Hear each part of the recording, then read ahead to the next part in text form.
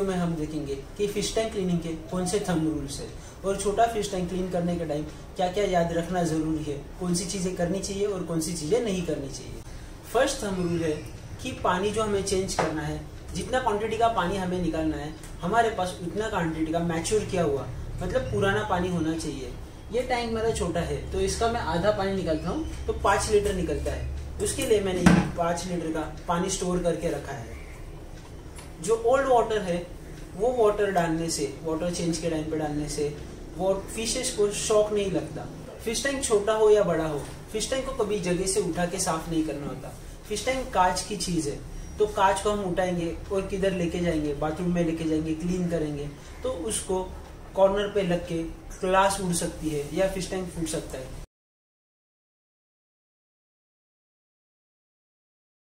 इसलिए fish tank कभी उठा के साफ नहीं करना होता। बड़े बाउल भी होते हैं वो कभी भी उठा के साफ नहीं करने होते। जो छोटे बाउल होते हैं 4 इंच और 6 इंच के, उनको उठा के साफ किया जा सकता है। बाकी कौन सा भी फिश टैंक आप घर पे लेके आओ, उसको सेटअप करने के बाद कभी भी उसको उठा के साफ नहीं करना होता। तो इस वीडियो में हम देखेंगे कि फिश टैंक साफ कैसे करते हैं, वो भी उसको जगह से विदाउट मूव किए बिना। वाटर चेंज करने के लिए हमने एक छोटा बकेट लिया हुआ है। हमने ये बकेट एक डब्बे से बनाया हुआ है। इससे हमें एक जजमेंट आ जाता है कि जितना हम पानी निकालेंगे उतना ही पानी डालना है। ये बकेट के जजमेंट से मैं पानी निकालता हूँ तो कभी मेरा पानी ज्यादा नहीं निकलता और कम नहीं निकलता।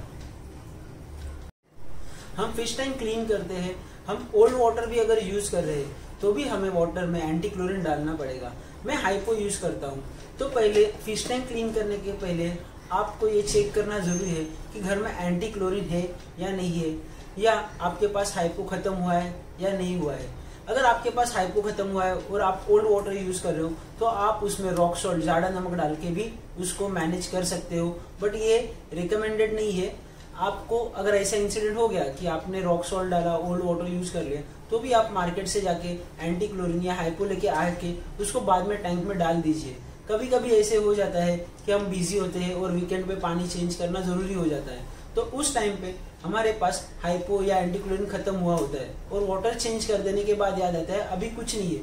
तो जो ओल्ड वाटर है तो उसमें आप जाड़ा नमक डाल दीजिए, तो आपको उतना टाइम मिल जाएगा कि आप मार्केट से एंटी क्लोरीन ला के उसको ऐड कर सकते हो। फिश टैंक क्लीनिंग का और एक थंब रूल है कि जैसे आप टैंक को जगह से नहीं उठाना है, वैसे ही फिशेस को टैंक से बाहर नहीं निकालना है।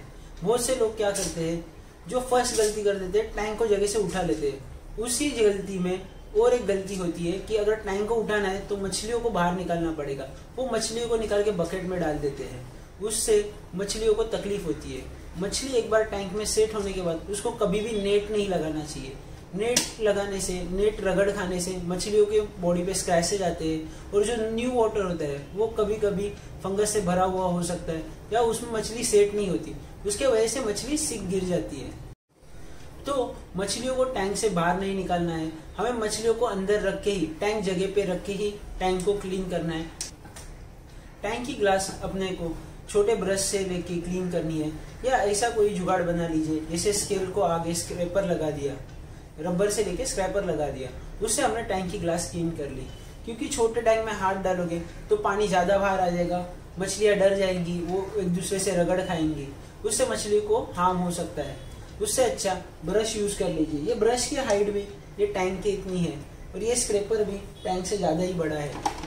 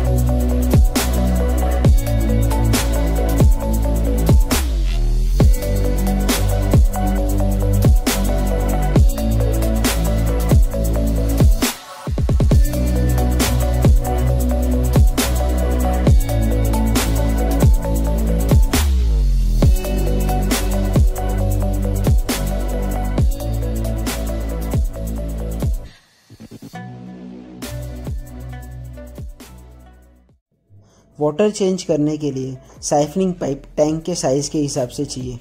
अगर आपका टैंक छोटा है तो कम डायामीटर वाला पाइप लीजिए, अगर आपका टैंक बड़ा है तो आप बड़े डायामीटर वाला पाइप लीजिए। उससे क्या होता है, अगर कम डायामीटर वाला पाइप है तो उससे डस्ट ज़्यादा जाके वाटर कम जाता है, जो छोटे टैंक के लिए बेनिफिशियल है। और टैंक बड़ा है जिसमें से जल्दी पानी जाना चाहिए तो आप बड़ा पाइप लीजिए जिसमें से जल्दी वाटर चेंज हो सकता है। बट टैंक छोटा है तो आपको छोटे डायामीटर का ही पाइप यूज़ करना चाहिए।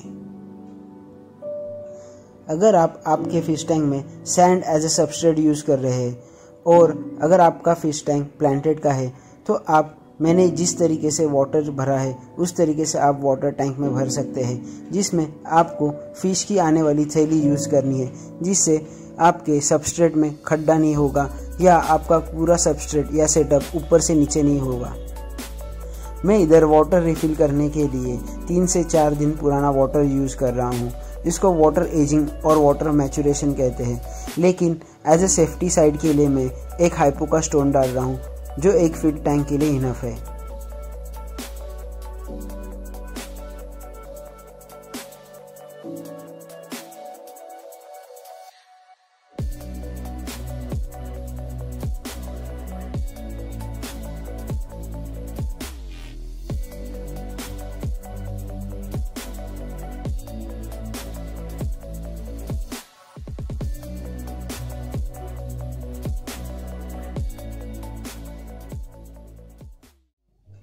मैंने 1 फीट के टैंक के लिए टॉप फिल्टर यूज़ किया है। उसमें मैंने DIY मॉडिफिकेशन करके एक सम सिस्टम बनाया है।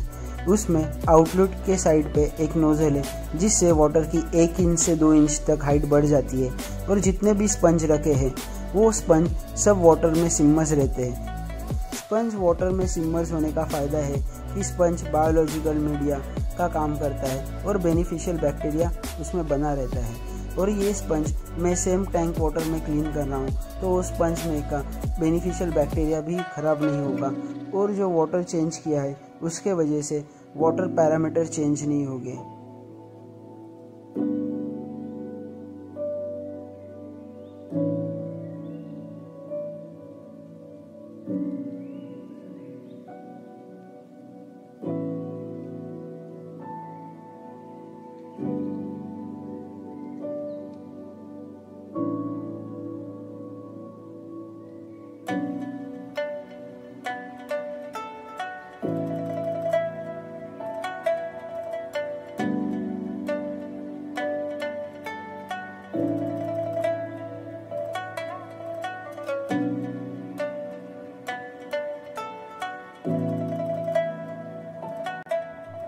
मैंने टैंक के टॉप फिल्टर में सिंगोरियम नाम का प्लांट डाल के रखा है। उससे क्या होता है, वो वाटर में से एक्स्ट्रा नाइट्रोजन सक कर लेता है और वाटर में अमोनिया स्पाइक नहीं होता।